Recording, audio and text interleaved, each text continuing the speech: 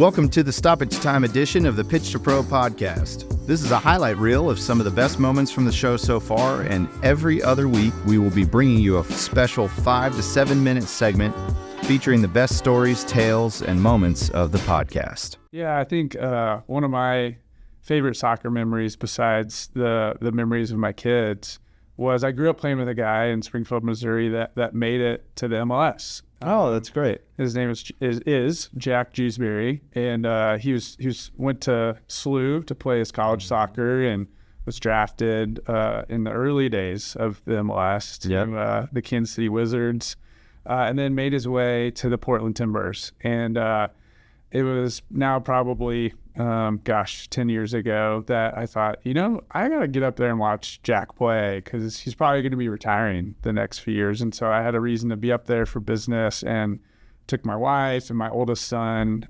Jude, who was, I think, 6 or 7 at the time.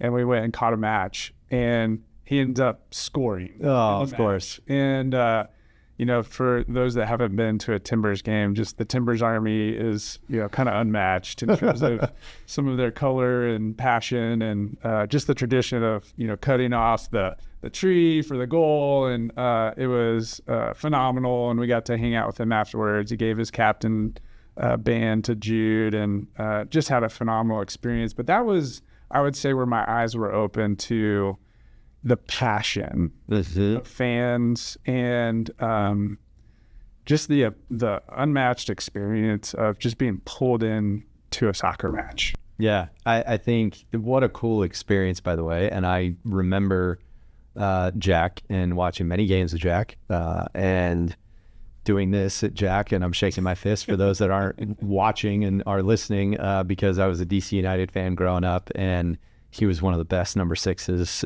and holding midfielders out there during his time. So foiled many attacks. He had a great career, and they ended up winning the MLS Cup when he was up there as captain for the Timbers. And I think when he retired, he was among like the top 10 players in terms of number of matches played. I think over 300 in the MLS. And so he was one of those guys that was in the league in the beginning, the infancy, and as we talk about our project, he was playing in Arrowhead.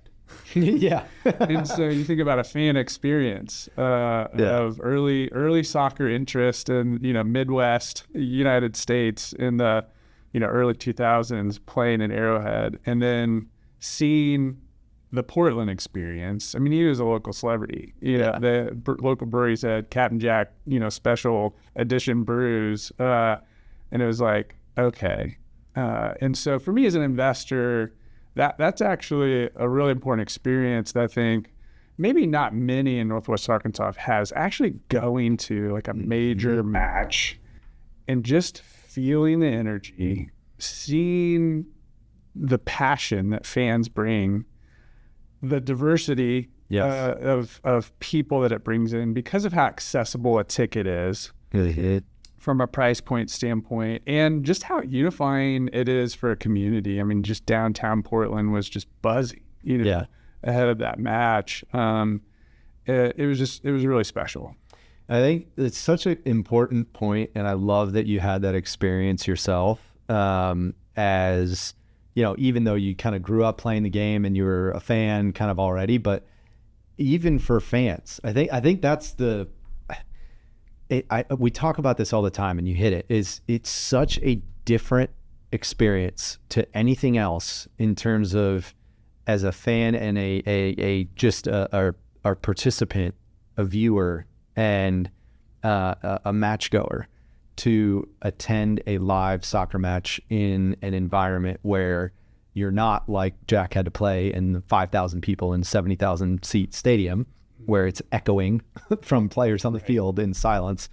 But more so what you experienced in Portland, which is smaller stadium, but a packed stadium and a very involved and passionate fan base and supporters group, and all around you could just sense the vibe is just so different. And when a goal is scored in a live soccer match setting, it's like unlike anything else in pro sports, live sports in that arena. Yeah, no, people go nuts. And since then, mainly chasing my kids. And so we play a lot of tournaments in Kansas City. And, so I remember going to a sporting game. I think it was last year.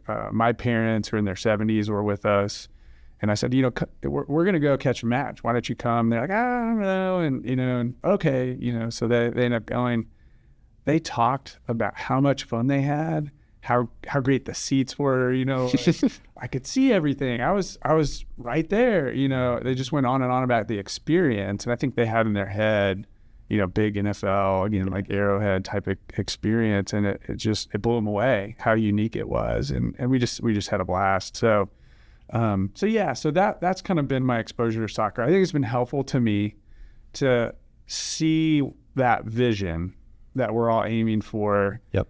To see it in real life, be that my experience in Portland or Kansas City. I think the other thing that's been helpful to me as an investor to kind of spot this trend and believe in it is seeing demographic changes, having kids that are 17 to 6, and see that what they're interested in from a sports standpoint is different than when my dad was growing up. It's different than when I was growing up in terms of where soccer ranks, in terms of their interest, the jerseys that they own, what they want to go watch.